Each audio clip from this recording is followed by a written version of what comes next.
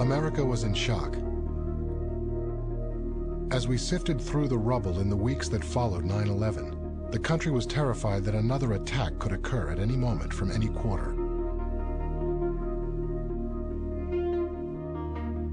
The Bush administration quickly began to push through sweeping policy changes. Before anyone had a chance to understand what went wrong, he proposed fixes that went far beyond fighting terrorism. This is what happens when federal legislators respond in panic.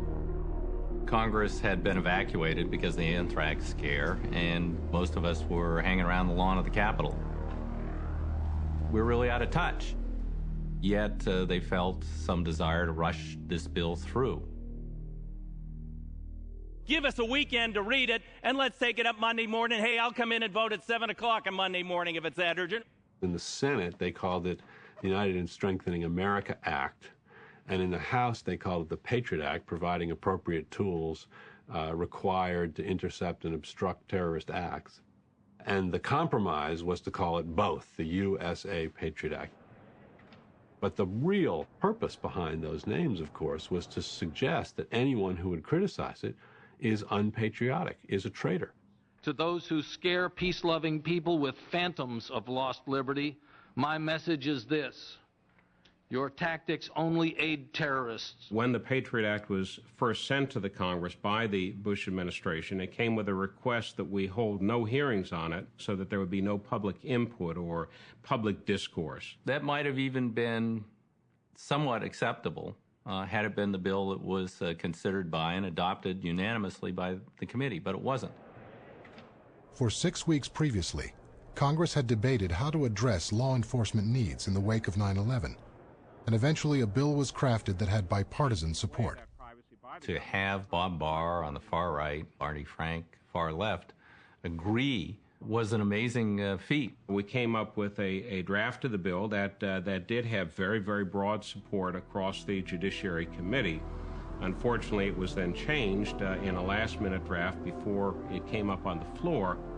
Sometime very late in the evening after midnight, the John Ashcroft version, Bush Whitehouse version, was substituted. The bill was printed at 3:45 a.m. the morning before the vote on the House floor. And you tell me how many of the 435 members of Congress had a chance between 3:45 a.m. and 11 a.m. to read a bill that was 345 pages long. No member of Congress read this legislation before it was voted on. Not a one. This is still warm. It just came off the Xerox machine. This isn't the bill that was adopted by a unanimous 36 vote of Democrats and Republicans of the Judiciary Committee. These are critical issues. This is what we're fighting for. These are our civil liberties.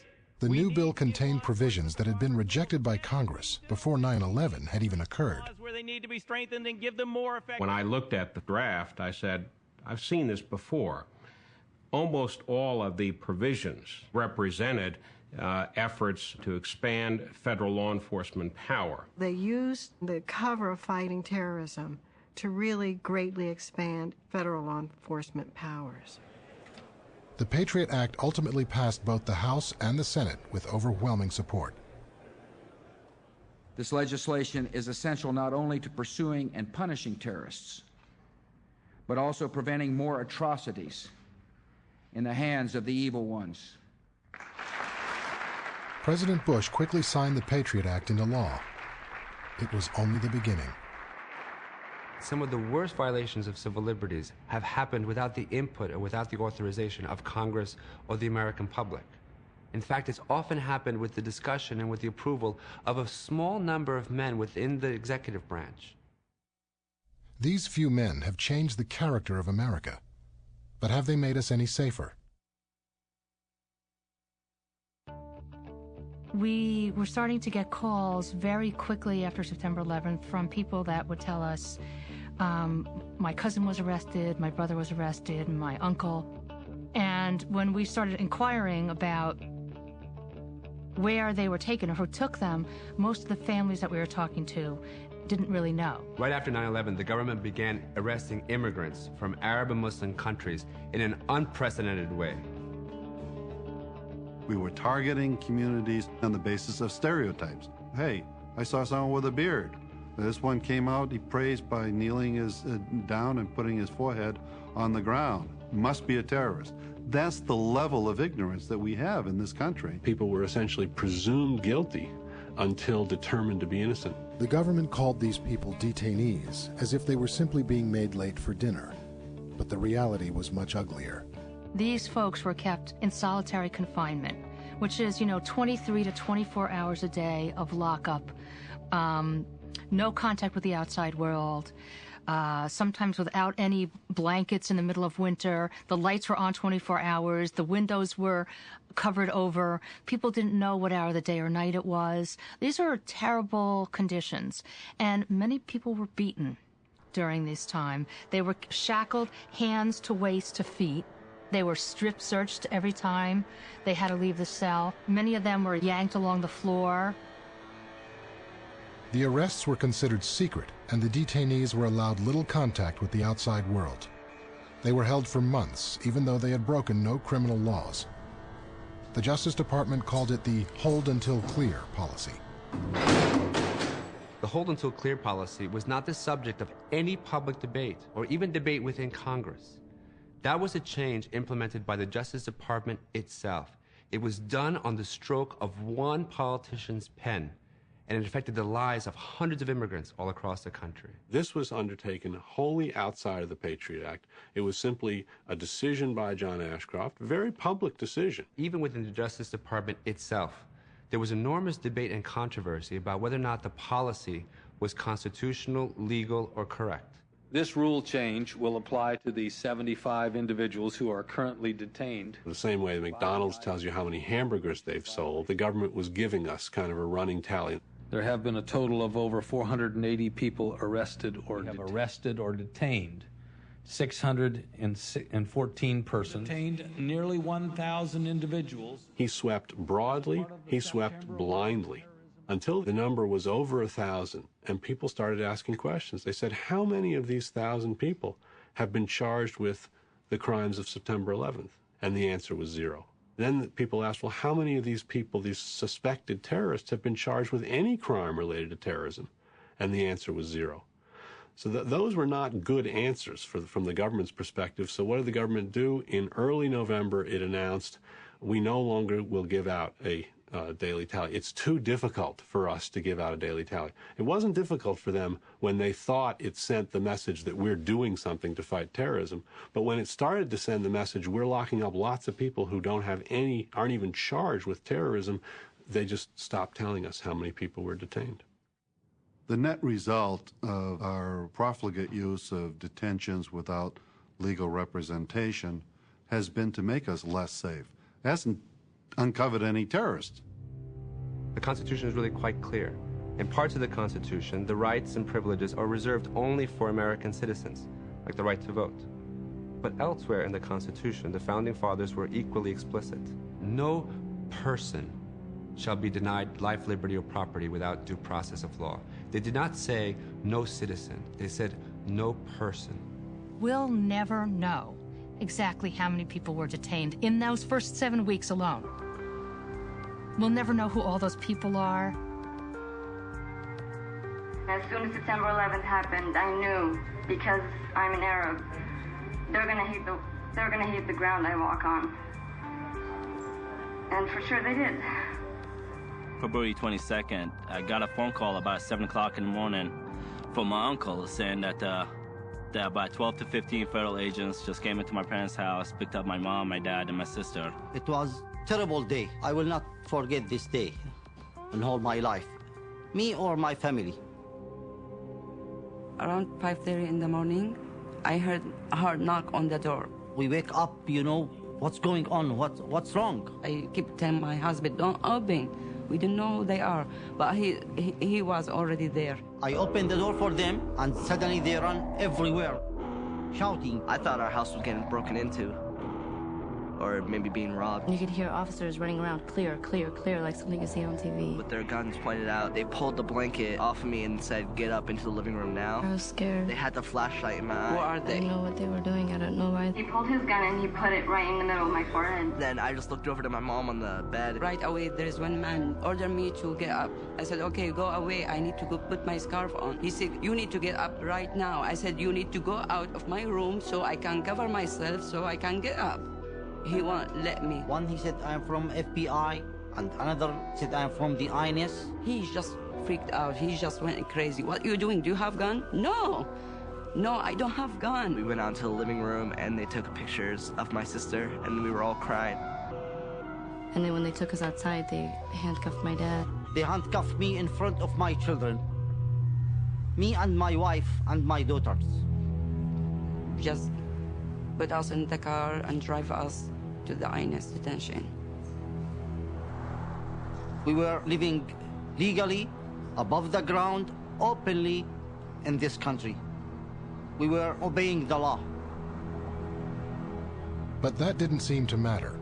Safu Hamui, his wife Hanan, and 19-year-old daughter Nadine were taken here, to the Seattle INS Detention Center.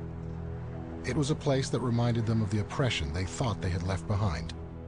Safu Hamui had been a pilot in the Syrian Air Force when bad weather forced him to make an emergency landing. Rather than receive any kind of praise, he was accused of attempting to assassinate his passengers, which included the Syrian vice president. He fled Syria and applied for political asylum in the United States. He settled with his family in Seattle, and he opened the area's first Middle Eastern grocery store. For 10 years, he and his family lived peacefully until his application for asylum was denied due to the incompetence of his lawyer. He was ordered deported, but he remained in the U.S. while awaiting the outcome of his appeal. The FBI cleared Safu 4 days after he was arrested, yet the Hamuis were still kept in prison. When I went there, my heart almost stopped. My blood pressure went crazy, you know? It was so scary, so unfair. What's going on? Why I'm here? Why people doing this to me? I just couldn't understand how they can do something like that. You know, I know my dad fought so hard to come to a country for freedom, and just to be able to live without, you know, fear of prosecution because of his religion or because of his job or because of who he is. And then, you know, 10 years later, we find out that, you know, the country that we came here to save us is actually doing the same to us. Why? Why? Because I'm Arabic? Because I'm wearing my scarf? Because I'm proud of my religion? My religion is so beautiful. Not being my enemy and torture me when I thought I'm in freedom country. I can keep my religion, I can practice my religion, I can, you know? You know, you're in like four-wall room, and it's very small, and you're in there with your mom, and she's sick, and we should have never been in jail, let alone a solitary room. Just watching them behind bars, all three of them were crying, you know, were in tears, all three of them were in shock. They just wanted me to find out what was going on and why they're there.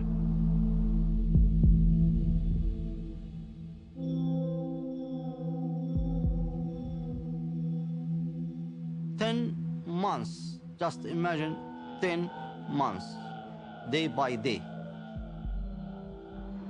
Media attention helped bring about the release of Nadine and her mother. I had to hold my mom, like, faint more than 11 times right in front of my face. Safu was let out 1 month later because the INS had finally admitted he was not a flight risk. Freedom, that's what I am here for. I came for this country for the freedom. And I fight for the freedom. And I am here for the freedom. His daughter Nadine, her own memories all too apparent, rushed to embrace him.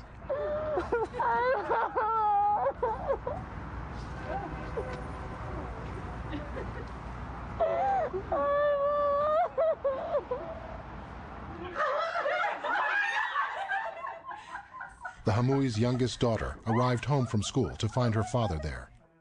The fate of the Hamui family still hangs in the balance. They may yet be deported. I've lived here my whole life. Since I was 3. I don't know anything. I can't speak Arabic. I can't write it. If I go back to Syria, I have nothing. The American people need to know what happened in the name of safety, in the name of fighting this war on terrorism. We lost our civil liberties over it. We lost our freedom, and that's what the terrorists want. You know, they wanted us to fall apart. They wanted us not to become united. They wanted us to separate and turn against each other. And you know, I think they might have succeeded. The government has argued that rounding up and detaining people like the Hamouis is a vital step in the war against terror. But top counterterrorism officials say such policies have destroyed our relationship with the very communities that could warn law enforcement about an impending terrorist attack. The first line of defense against international terrorism is information. It's intelligence. It means having sources within communities. What we were doing by all of these roundups is alienating those communities and making them more distrustful of law enforcement, less inclined to be cooperative, less inclined to volunteer and to come forward when they have information that would be of material value to law enforcement. It was the wrong way to go around it. We were targeting communities from which there was no known terrorism, and yet we were doing it on the basis of stereotypes. It isn't going to stop the next 9/11. Take a look at this man. Clean-shaven, well-dressed. He could be a young businessman. But he's about to fly a plane into the World Trade Center. A group like Al-Qaeda has demonstrated that they understand what the American conception of a terrorist is, and they do everything they can to undermine it. The 19 suicide bombers, we know, for example, shaved their beards. And they deliberately avoided mosques because they felt that mosques were under scrutiny by the FBI. That's why when you base your law enforcement, your anti-terrorism measures on stereotypes, you're bound to fail. Extension 14. Message received. Thank you. I have a consultation to make about a case that we're handling, and we were wondering if we are required to turn over information about the immigration status of our victims. It is a very specific case where we might be asked for doing that, and we would like to educate ourselves, get as much information as possible. Please call me back. My number is... Can you believe it? I have a police department calling asking if they need to turn over the immigration status of crime victims. Crime victims, the victims of crime. That's what's happening since Attorney General Ashcroft has given people the idea that state and local police are supposed to be involved in enforcing immigration laws. The victims of crime are not protected any longer. Ashcroft's directive that local police enforce immigration law also means that if an immigrant witnesses a crime, they will now be afraid to come forward, fearing that they may be deported or even locked up indefinitely. That leaves criminals to run free on the streets, which is exactly why police departments in Los Angeles and Seattle have policies not to enforce immigration law. What you're doing is making local policemen surrogates for this enforcement, and they're not versed in immigration law. They don't understand immigration law. They don't know what the law is. How can you ask them to go enforce it? It's terribly destructive of local law enforcement time and resources. The only way to find the real terrorists is through the hard job of investigative law enforcement, investigating individual suspicious behavior that pertains to a person who's doing something wrong, as opposed to attacking an entire segment of the population. To focus on whole groups of individuals, whole classes of individuals who've done nothing more than be born in the wrong country or worship the wrong God is poor law enforcement that makes us less safe. But the Justice Department has ignored the recommendations of counterterrorism experts. Instead, they initiated a sweep of immigrants who worked at the nation's airports with the idea that such mass arrests would prevent another hijacking. And many of the people who rounded up, the majority, were Latinos. They had nothing to do with terrorism. No terrorists were caught. Somehow the government felt like the country would feel better if we rounded up people serving pizza and cleaning in the airports. And mass deportations were secretly begun. What the federal government did is it commissioned private commercial airliner jets from different airlines, and it had these nighttime airlift deportations. Between 60, 70, 100, 80 Pakistani individuals in an airplane that might be a Portuguese airline jet that would take off in the middle of the night and return people to Pakistan. Nobody here would be notified. People would have vanished. Their families wouldn't have been able to trace them. We rounded up people that were seeking political asylum in this country. We sent them back to the place they were running from.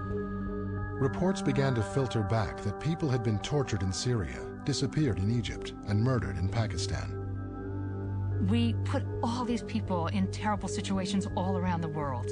And it's, you know, the enormity of that every once in a while overwhelms me. You know, it's like, this can't be the country that I grew up in. The way America had treated the detainees was so bad that the Justice Department's Inspector General found it necessary to issue a report condemning what had occurred. A report came out by the Office of the Inspector General of the Department of Justice that basically confirmed that all of these things did happen.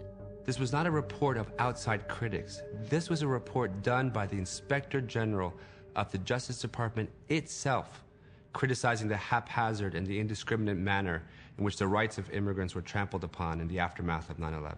Within a day or two afterwards, Attorney General John Ashcroft got on the news and said, well, we do it the same way all over again. He insisted that he had done nothing wrong, that he had no regrets, that he would do it all over again. This is the chief law enforcement officer of the United States that's saying, well, yes, we'd redo all of these unconstitutional policies all over again. And we're just floored, because there's another department in our government that is basically saying this is horrendous and it can't happen. And here's our Attorney General saying, I don't care.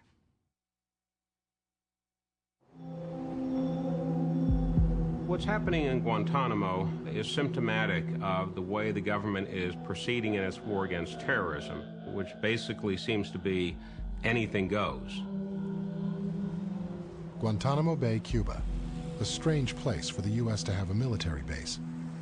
Set up after the Spanish-American War in 1903, the U.S. has paid about $4,000 in rent to the Cuban government annually. Until recently, it was a little-known outpost, but after 9/11, the U.S. government adopted a policy that would shock the rest of the world.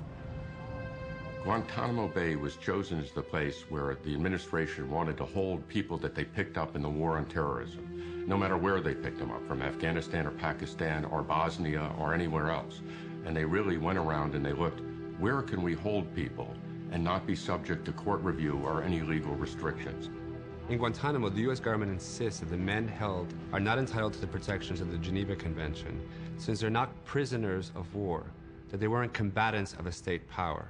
And yet, by the same token, the government argues that they're not entitled to the protections of constitutional laws because they're not held on American territory. The administration chose Guantanamo as an island outside the sovereignty of the United States, but subject to our exclusive control. And they did that for the specific purpose of avoiding the law, avoiding all the rules, the Geneva Conventions, our Constitution. By creating this sort of label of terrorist, unlawful enemy combatant, they're trying to use sort of propaganda on why we shouldn't care about them, why we shouldn't ensure due process for them, and kind of sacrifice our values as Americans that we've held so high. BBC reporter Vivian White was allowed to audiotape his visit to a place that had been previously off-limits to all journalists. I'm walking now along a line of cells, which are 8-foot by 8-foot metal grids. We're deep inside Camp Delta. I can now see a group of men dressed in white, in T-shirts. These are detainees. They were just a few feet away, the other side of the wire, and one of them then spoke to all of us in English.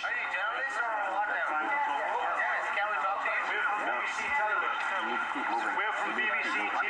Thank you very much. After a long time we're looking you here. You need to Sorry? After a long time we're looking you here. It's amazing for us strange. We should saw you before, but we're looking now. If you don't move, you're going to have to leave. Please follow. Bring them back. Let's go. The tour's over. Keep it rocking.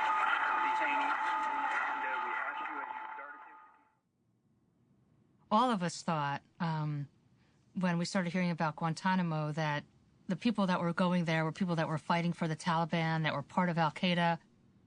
And there probably are a lot of people there that aren't very nice. But what we quickly learned from groups that were permitted to go in and to do civil rights and human rights assessments is that there were people there that really didn't belong there. Because the battlefield in Afghanistan was everywhere and anywhere. And so that meant that anyone who was in and around was subject to being brought in. Whether they were fighting for Al-Qaeda or fighting for the Taliban, as the military suggests, or whether they were simply in the wrong place at the wrong time, picked up by a bounty hunter who wanted to claim a reward that the military was giving out for bringing in Al-Qaeda people. There were men that were well into their 80s that were brought into this net, and there were children. This wasn't just people that were soldiers on the field. Mozam Beg is a British national whose family says he was installing wells in Afghanistan and teaching in Pakistan until shortly after 9/11. I received a telephone call from my son. He said, "Dad, I've been arrested." And I said, "What? Why?" He said, "I don't know." I said, "Who has arrested you?" He says, "Americans, and I don't know where they're taking me." And the line was disconnected. For over a month after his arrest, his family had no idea of his whereabouts. Finally, they received a letter. He had been taken to Guantanamo Bay. Everything about these detentions is designed to render these human beings into this state of total dependence on the United States military. They're held in solitary, they're manacled when pulled out for interrogation, they're interrogated at great length, they can't reach out to anybody, they can't call a lawyer, they can't call their families. These people are entirely at the mercy of the military with no end in sight to their detention, and not surprisingly, there have been suicide attempts. At last count, more than 30 of the Guantanamo Bay detainees had tried to kill themselves. We don't hear about that anymore because the government no longer reports suicide attempts. Beg's family had no understanding of the graveness of his circumstances. The few letters they did get from him avoided details altogether. In fact, he was trying to avoid everything because I had bypass operation and I was not well enough. So he was not writing anything clear to me. After a year, I wrote to him that I'm very well, there is nothing wrong with me. Then, in response to that letter, he wrote me a letter saying that I'm pleased that you're well. Pleased to know that you can do all the activities, but my position is different.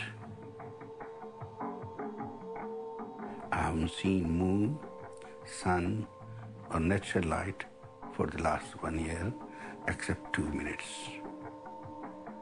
I've been kept like an animal in a cage. They don't give me food.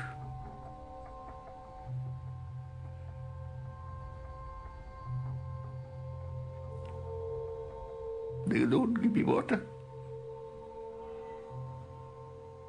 My clothes are torn.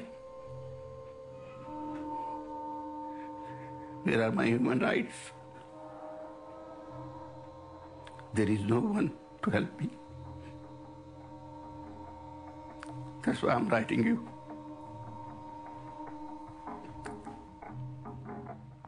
So please help me if you can. That letter actually tore me apart. I didn't know what to do. Straight away got in touch with Foreign Office. They said we don't have any access. Americans won't allow us to go there, so we do not know anything about him. If we hear, we will let you know. They never ever did anything. What Beg's father is asking for his son is specifically guaranteed in tenets of international law. He wants an impartial trial. If he is guilty, he should be punished. If he is not guilty, why should be there? The United States has refused to abide by the Geneva Conventions. They're the rules of war that were developed after World War II. Basically what they say is when you capture people during a war, you have to treat them humanely. You have to give them medical assistance. You have to, first of all, decide who they are. You know, they get this right to this tribunal that decides, are you a prisoner of war? Are you a civilian? Do you have nothing to do with this whatsoever? In lieu of a trial, President Bush has declared that certain of the Guantanamo detainees, Mozambique among them, will be subjected to a military tribunal. There is no presumption of innocence in this process because to even go to a military commission, you have to be presumed to be a terrorist.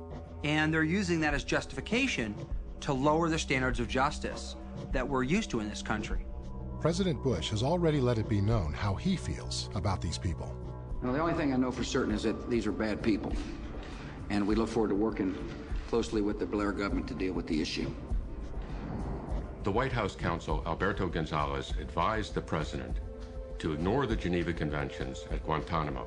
He said the Geneva Conventions are obsolete and quaint and shouldn't govern the way that we need to question prisoners there. Secondly, he said, it's a good thing from our standpoint if you say the Geneva Conventions don't apply, because under U.S. law, violations of the Geneva Conventions can be prosecuted as war crimes. So we could be prosecuted for war crimes for not following them, but if we say they don't apply, then we have an excuse to say that we can't be prosecuted. We have heard recently that there are allegations of what we've seen at Abu Ghraib really occurred at Guantanamo as well. And we know that General Miller, who was in charge of Guantanamo and now is in charge of Iraq, said that he could violate the Geneva Conventions at Guantanamo. One of the real concerns when we treat others like this in the name of fighting a war is that others fighting us can treat our soldiers like this.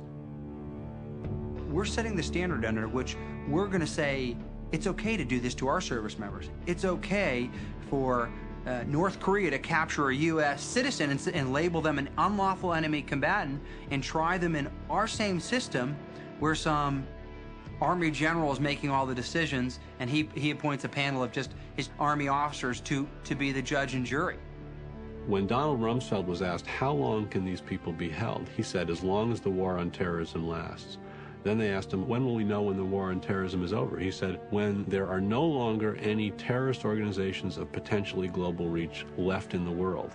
Now, all of us have potentially global reach today, and we're never going to eliminate political violence from the face of the earth. So what he's essentially saying is that we can hold these people forever without ever charging them with anything, without ever giving them a hearing of any kind. Congress shall have the power to declare war and make rules concerning captures on land and water. Article 1 of the U.S. Constitution. Locked up indefinitely? No lawyer? No trial? If you think this can't happen to an American citizen, think again. We have disrupted an unfolding terrorist plot to attack the United States by exploding a radioactive dirty bomb. I get a phone call in the car. The prosecutor calls up. He says, your client was taken by the military. And I thought they were joking. Thank you, but no comment at this time. Newman's client, Jose Padilla, had been held as a material witness for an entire month before Ashcroft's dramatic announcement.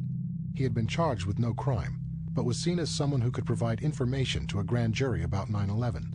Suddenly, he was being called a terrorist. We know that Abdullah al-Mujahir is an al-Qaeda operative. Broadcasting live from Moscow, Ashcroft announced the arrest as if Padilla had just been caught and a terrorist act narrowly averted. Let me be clear. We know from multiple independent and corroborating sources. Nothing had happened from the time of his arrest 4 weeks before till his designation. And the information that they had was the same. So one has to think, okay, so then what changed? And I wanted to point out to Director Mueller that Just prior to Ashcroft's announcement, FBI whistleblower Colleen Rowley had been appearing before Congress.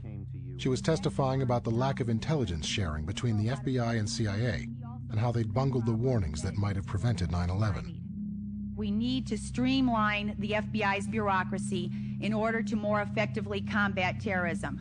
Let me just start off by saying now Rowley's issues seem passé, as the Justice Department kept emphasizing that interagency collaboration had led to Padilla's capture and the country saved from a terrorist attack. Was a result of the close cooperative work of FBI agents and CIA agents. Close cooperation among U.S. government agencies. But what had all this cooperation yielded?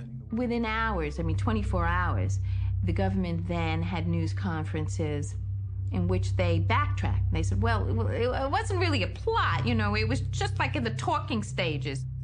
I want to emphasize again, there was not an actual plan. There were discussions about this possible plan, and it was in the discussion stage. It certainly wasn't at the point of having a specific target. What's remarkable is when you read the government's papers is that they insist that the government does not have to charge Mr. Padilla with a crime. They don't really have any evidence of any crime. They have a notion that he might have met with people from Al-Qaeda, but they don't think he's a member, and they've said so in court papers. So what was the sudden urgency? The cynical among us might believe it was to deflect Rowley's damaging information. The government wasn't saying. And with Padilla now locked up in solitary confinement in a naval brig in South Carolina, he wasn't able to explain anything either. Some information about Padilla began to surface. As a teenager in Chicago, Padilla's involvement in a murder committed by an older gang member landed him in juvenile detention. He later moved to Florida, and when he was 21, he went to prison for 10 months after firing a gun into the air during an argument. Upon his release, he converted to the Islamic faith at a center known for preaching nonviolence. Over the next 10 years, his only run-ins with the law were for minor traffic violations. His new religion would take him to the Middle East, where he married his second wife. On a return trip to the United States, he was taken into custody. Mr. Padilla was arrested at Chicago O'Hare Airport. He was initially detained under the Material Witness Statute, and only after they could no longer hold him under that statute did they then label him as an enemy combatant. Padilla's activities and his association with Al-Qaeda make him an enemy combatant. An enemy combatant? I don't know. Where did you make up that term? I really had never heard of it. I thought the administration's rules on military tribunals said they would be only for non-American citizens. Is the whole point of holding him as a military combatant to be able to question him without using conventional criminal process?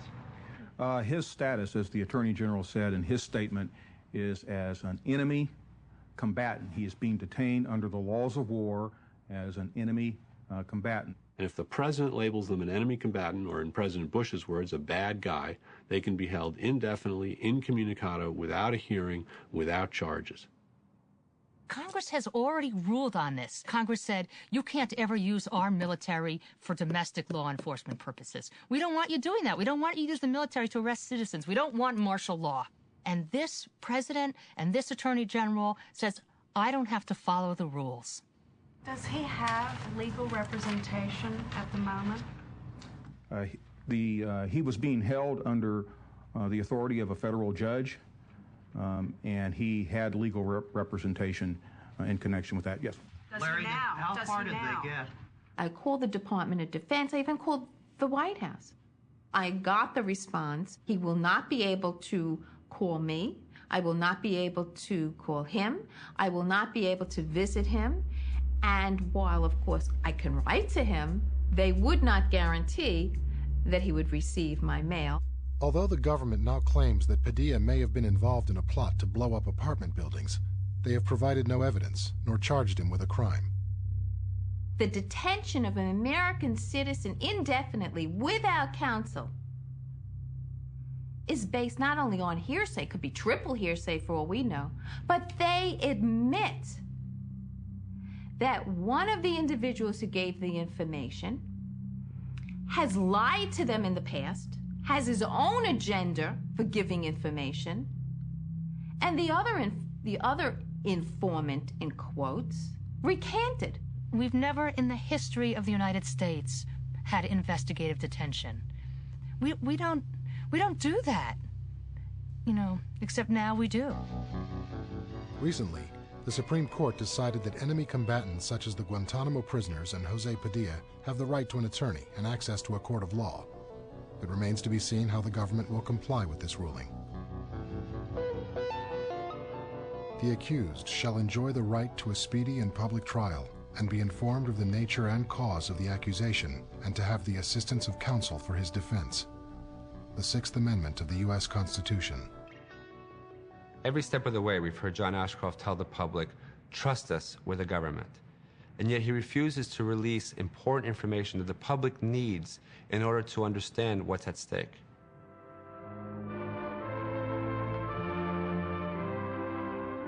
Government claims of secrecy can rightfully be viewed with suspicion. And the secret, as we have learned in history, generally, they're hiding their lack of evidence. Korematsu is a perfect example. Korematsu is when the Japanese were interned based on the government's allegation that these people were dangerous and had to be put in internment camps indefinitely until the war was over. Subsequently, after the war, everybody now knows that the information that the government gave to the court was false. They misled the court on purpose. And the rest of the information, of course, they said is secret. And the secret was, we don't have anything. In 1953, at the height of the Cold War, the government also misled the Supreme Court in the case of U.S. versus Reynolds. That ruling established the government's right to secrecy if it jeopardized national security. But the Los Angeles Times recently revealed that the government used the national security claim to hide the truth about the Air Force's poor maintenance of a B-29 bomber that crashed, killing 9 people. The national security claim was a lie. There's a legacy of abuse of these very kinds of powers. We went through the civil rights movement where the FBI and the CIA were investigating the civil rights leaders, Martin Luther King, the anti-war protesters, people who were perceived to be the political enemies of the government.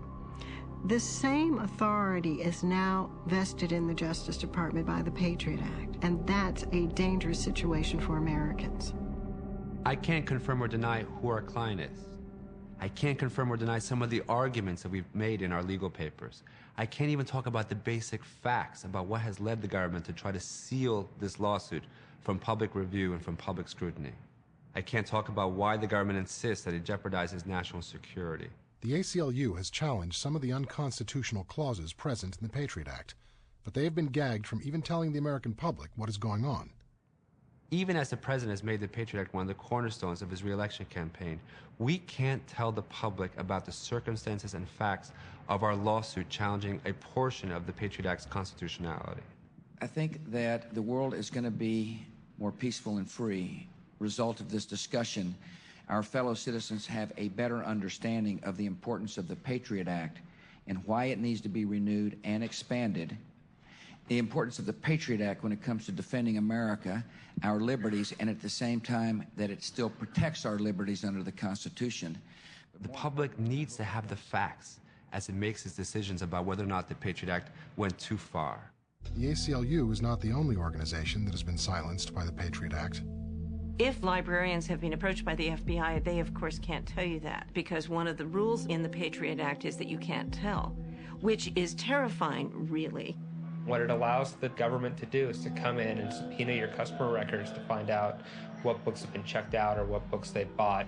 It doesn't allow the bookstore to contact a lawyer to fight it.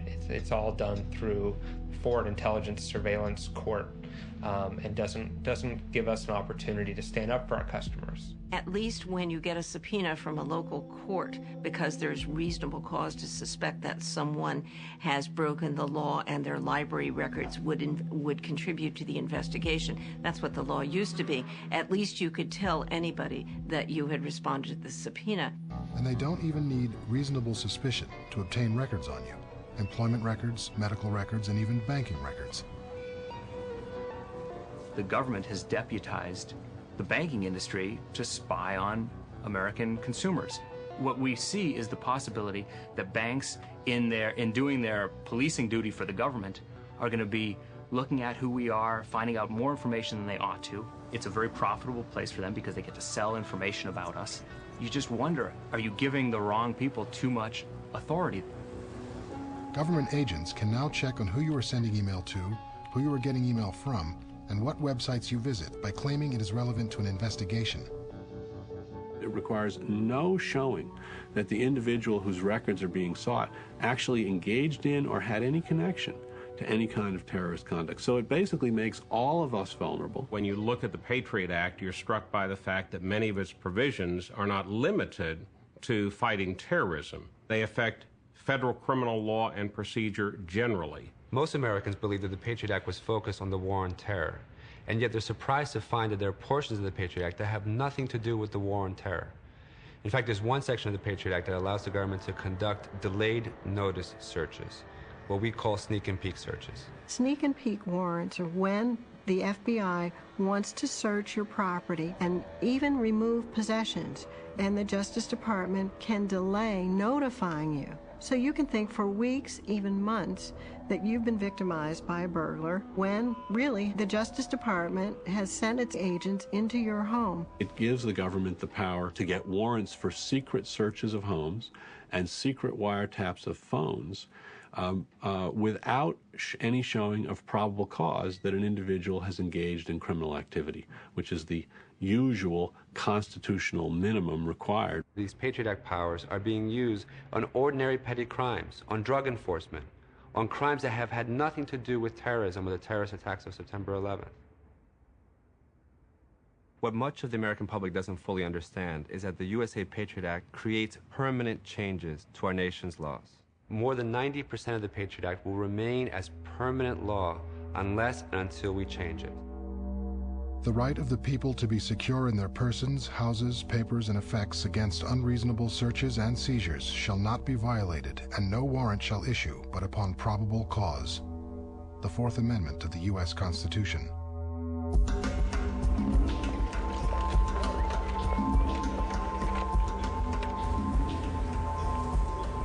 The police and the federal law enforcement authorities working in coordination are targeting political activists because of their speech, because of their thoughts, because of their opposition to this administration.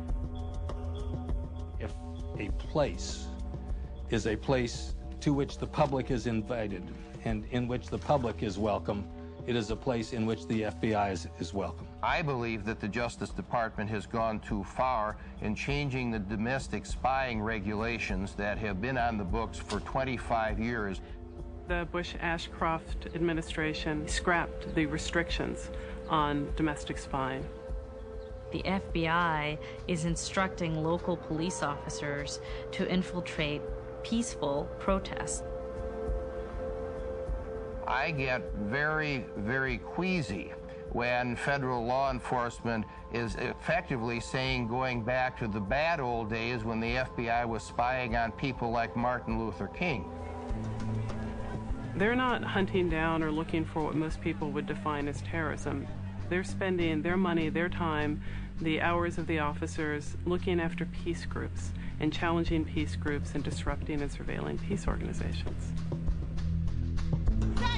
Is that there are people in this country, millions of us, who stand with the people of the world in our name. I'm sorry? Get that out of my face. You're going to get arrested. People and other people. In Colorado, they had police officers in their midst getting arrested with them.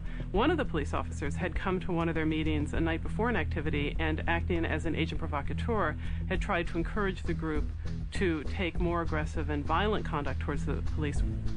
He called himself Chris, when in reality his name was Darren Christensen of the Arapahoe County Sheriff's Department. The group refused to go along with his suggestion. When the others were being led away by the police, Chris was caught on tape being greeted by fellow officers. A similar thing happened in Washington, D.C.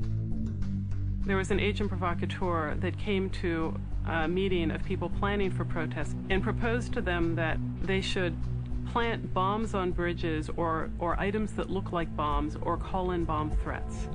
And that was immediately rejected by the group of political activists who were there. But of course, people who are coming to a meeting for the first time and see someone in the meeting who says that, who appears to be one of the political activists, but of course is just a police officer pretending to be a political activist, that is a hugely chilling effect on people's organizing and on people wanting to come back and participate with that group.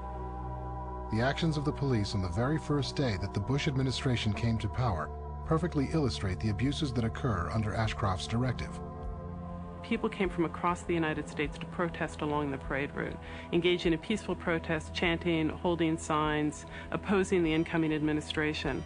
And the Metropolitan Police Department deployed police officers, 2 of whom we caught on video, on an intelligence detail. On the video, what you can see is 2 men entering the crowd, and these are 2 police officers in plain clothes. One of them is wearing camouflage with a hat pulled down low. The other one is wearing a red jacket and a full-face black mask covering his face except for his eyes. They stalked through a crowd of peaceful protesters along the parade route, beating and pepper spraying people. You can see the man in the red jacket shaking a can of pepper spray in his hand, which is government-issued pepper spray. You can see him use the pepper spray, spraying it in close range in people's faces and eyes. You can also see him spraying it in wide berths. And this is into a crowd of peaceful protesters, people standing along the parade route, people engaging in classic First Amendment protected activity, and being attacked by the police department. Stop your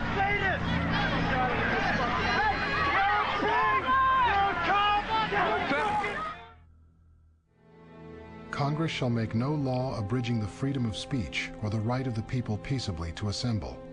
The First Amendment of the U.S. Constitution.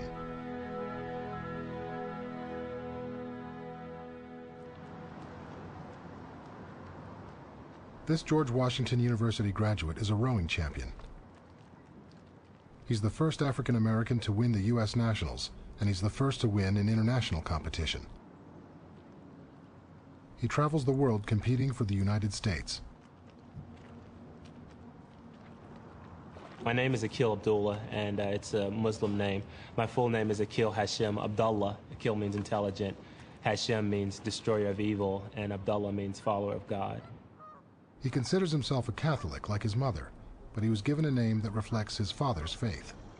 Since 9/11, travel for me has been somewhat interesting. I was stopped for the first time at the airport in Philadelphia. They call over the airport police. It took about 2 hours and 45 minutes. It somewhat disturbed me, but at the same time, I felt as though, well, maybe this is a good thing. We need to have something in place that protects people. But then it happened to me again, and I wound up missing my flight. Like most Americans, Akil was willing to accept added airport security measures. But why was it happening again and again? How could he clear his name? I want to represent my country in every way. But once you're on the plane, you feel as though people are still looking at you as a possible threat. It turned out his name had been put on a special list. This was happening all over the U.S. in a seemingly arbitrary fashion. David Lindorf broke the no-fly story in Salon magazine. You don't get a lot of confidence that the Transportation Security Administration's list is really doing anything to make us any safer, especially when you see some of the ridiculous things that they're doing. We have a 71-year-old nun who was simply flying with some students to lobby their congressman. Numerous people with the name David Nelson, which is obviously a very common name, were stopped at the airport and questioned in connection with being on the no-fly list.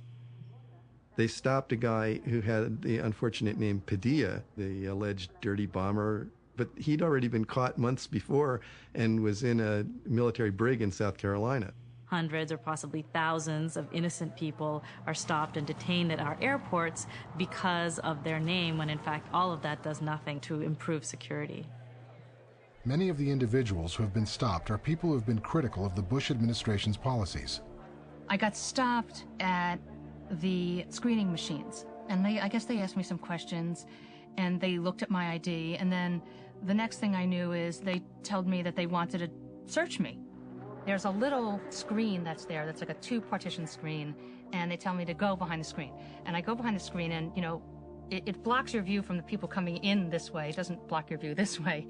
Well, I didn't really know what they were going to do is not only make me take off my jacket and everything else I was wearing, but they made me pull my pants down. And you know, I had my shoes off, my pants were down around my ankles, and, you know, there's, you know, people walking this way, and there's nothing screening me from the rest of the airport this way. So, you know, it's like a little show there. The government has now decided everyone will get a terrorism risk assessment. But who is going to sort through the data of the millions of Americans who fly And what will be the criteria used to decide who poses a risk? Besides overloading law enforcement with useless information, these techniques reinforce the feeling that no one has a real plan for catching terrorists and that everyone is a suspect. The end result is a country of Americans ratting on each other, turning each other in, calling the police. It happened to Andrew O'Connor in Utah when a security guard overheard him say something the guard thought was dangerous in a college library. A girl sat down next to me and she had a no war button on. And I said, you know, George Bush is out of control. I would guess probably 30 minutes later. I looked over my shoulder and there were 4 Santa Fe police officers standing behind me. And the one officer says to me, stand up, put your hands behind your back. And A.J. Brown, a student in North Carolina, found agents at her door eager to inspect the tip they had about un-American activities going on inside her apartment. They were referring to this poster. They flipped out their badges and they said that they were from the Raleigh Department of the Secret Service branch and whatnot, and I was like, whoa. It got to the point where ratting on each other had become institutionalized with the creation of TIPS, the ill-conceived Terrorism Information and Prevention System. The idea was they were going to try to get people in jobs like electric meter readers, telephone repairmen, UPS delivery people, people in transportation like bus drivers and taxi drivers, and then homeowners, just people to report on their neighbors, that all these people would report any suspicious activity. 20 million Americans spying on each other. That was sort of the target number they were looking for. In order to see what was going on with the TIPS program, I signed up to be a volunteer. They had an online sign-up, and I must have waited several weeks. I was anxiously hoping to get my decoder ring and my spy kit, and nothing came. So after a while, I called the Justice Department, and the woman said, well, we have set up with the FBI this 800 number for you to call. So I dialed the 800 number, and I got this perky woman's voice saying, America's Most Wanted. And I was taken aback, and I asked, well, isn't this the FBI? I thought I was calling the FBI. And she said, no, this is the Fox TV program, America's Most Wanted. We're working with the Justice Department on the TIPS program. So this is sort of the ultimate in privatization, turning over this whole intelligence operation to Fox TV. The FBI denied using Fox TV, but Lindorf and Salon magazine stand by the story. Shortly after it hit the press, the Justice Department killed the program. This kind of process, which the law enforcement people call shaking the trees, that might have been maybe minimally acceptable in a couple of weeks after September 11th. But, 2 years later, it is not, because it hasn't done anything. Another instance of shaking the trees has taken place in scuba diving shops all across the country. We got a phone call from the LAPD on behalf of the FBI, and they served us with a subpoena. The subpoena was worded in such a way that they said they wanted the names of all of our customers for the past 3 years. That would include people who have done scuba training. That would include people who come in and bought a book. If you came in and were interested in buying a snorkel, then I had to turn over your name to the FBI. The thought was that terrorists were going to train themselves as scuba divers, swim into ports and harbors, and blow things up. Basically, you're talking about training people like Navy SEALs, trained for years and years and years, and a lot of them can't do this. It's an incredibly complex skill. And I think if anybody, said this sort of makes sense and you think there's a plot going on, you're going to be happy to cooperate. But again, this was just such a broad-based fishing expedition that it's a waste of their time, as well as a terrible infringement upon, constitutional guarantees that have been in place for over 200 years. And so at that point, we said flat out, we will not give you any names from our customer database because we feel that the subpoena violated our Fourth Amendment rights to unreasonable search and seizure. So when we said to them, we want to go before a judge, they really balked. Our attorneys went back and forth a couple of times, and finally they withdrew the subpoena. Had they gone to court and lost, which I think they would have, The problem is this voluntary cooperation is suddenly going to dry up. That it would set a precedent. They do not have a right to get certain information. They are not allowed to ask you, give me all your names, nor do you have to comply. Attorney General Ashcroft accused librarians of being hysteric about the Patriot Act. And when you understand all the libraries in the country that had been visited by FBI agents wanting information, I don't think that their response was hysteric at all. The FBI or somebody can't subpoena what we don't have. Lots of libraries across the country are shredding their records just as we are. The second thing we did was to post warning signs alerting our patrons to the fact that we were no longer going to be able to protect their constitutional right to privacy. Most people really believe that public libraries are sacred institutions where what they go in and read is nobody's business but their own. If this nation is to be wise as well as strong, if we are to achieve our destiny, then we need more new ideas for more wise men reading more good books in more public libraries. These libraries should be open to all, except the censor. Let us welcome controversial books and controversial authors, for the Bill of Rights is a guardian of our security as well as our liberty. John F. Kennedy. Non-compliance has become a watchword as communities across America fight back against the destruction of civil liberties. The oath of office as a city council person is to defend and uphold the Constitution against all enemies, domestic and foreign. And it's time to take back the government from an executive branch that is running berserk. Dave Meserve sponsored a resolution making Arcata, California a civil liberties safe zone from the Patriot Act. If the police are requested by federal agents to participate in a search or an arrest procedure that they perceive to be possibly unconstitutional, then it is incumbent upon them under our ordinance to refuse to cooperate at that time and to immediately notify the council that they've been asked to do that. What we need to do is band together in states, in municipalities, and say, not in our town, you don't enforce these unconstitutional laws. Fear strikes really close to home. It is a local issue. And we've had quite enough of it in this community since the Patriot Act was passed. I would submit to you, the Eugene City Council, that courage is the antidote to fear. And I really urge you to have the courage to pass this resolution of the Lane County Bill of Rights Defense Committee, which opposes the portions of the Patriot Act that are against the Constitution, that are against our rights under the Bill of Rights. You can say to yourself, well, it's not going to affect me. I don't have any political dissident views. It's not going to affect me. I'm not an immigrant. It's not going to affect me. I'm not going to be investigated by the state or the police. It's not going to affect me. I'm not going to be a subject to any searches or seizures. Throughout our histories, that sort of philosophy has not really made America move forward. It has held America back. With that philosophy, certain people would be interned. Oh God, certain people are about to become interned. Motion carries unanimously.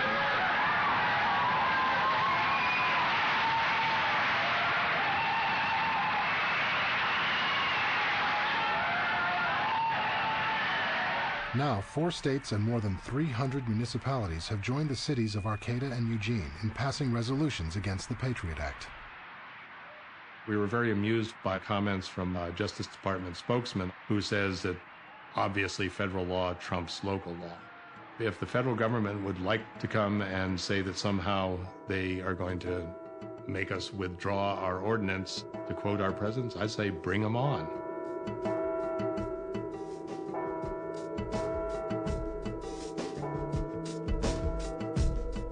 We've always thought of ourselves as the city on the hill, the model for democracy that we would like to disseminate throughout the world.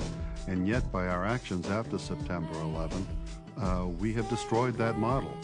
The designation of enemy combatants, the hold until cleared policy, the disregard of the Geneva Convention, the infiltration of groups and First Amendment activities, all of that happened without Congress's say-so input and without a public debate about whether or not the government was going too far, too fast. This is not an issue of the left and the right. This is an issue of our basic freedoms. I'm found. I was blind, but now I see. Some of our values aren't written in paper, but have been established and grown through our history. And the intangible values that make America great and have the presence around the world that it does and be looked to as a leader. We need to stick to those intangible values as well.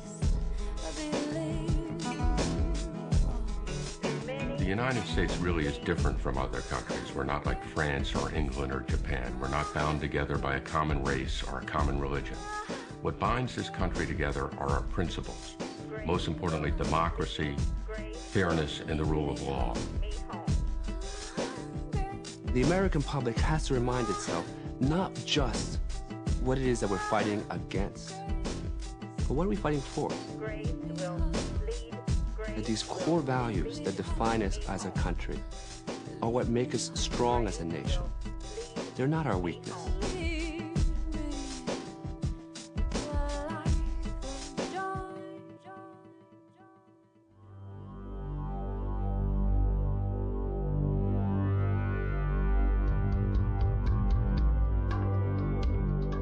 First they came for the Muslims, and I didn't speak up because I wasn't a Muslim.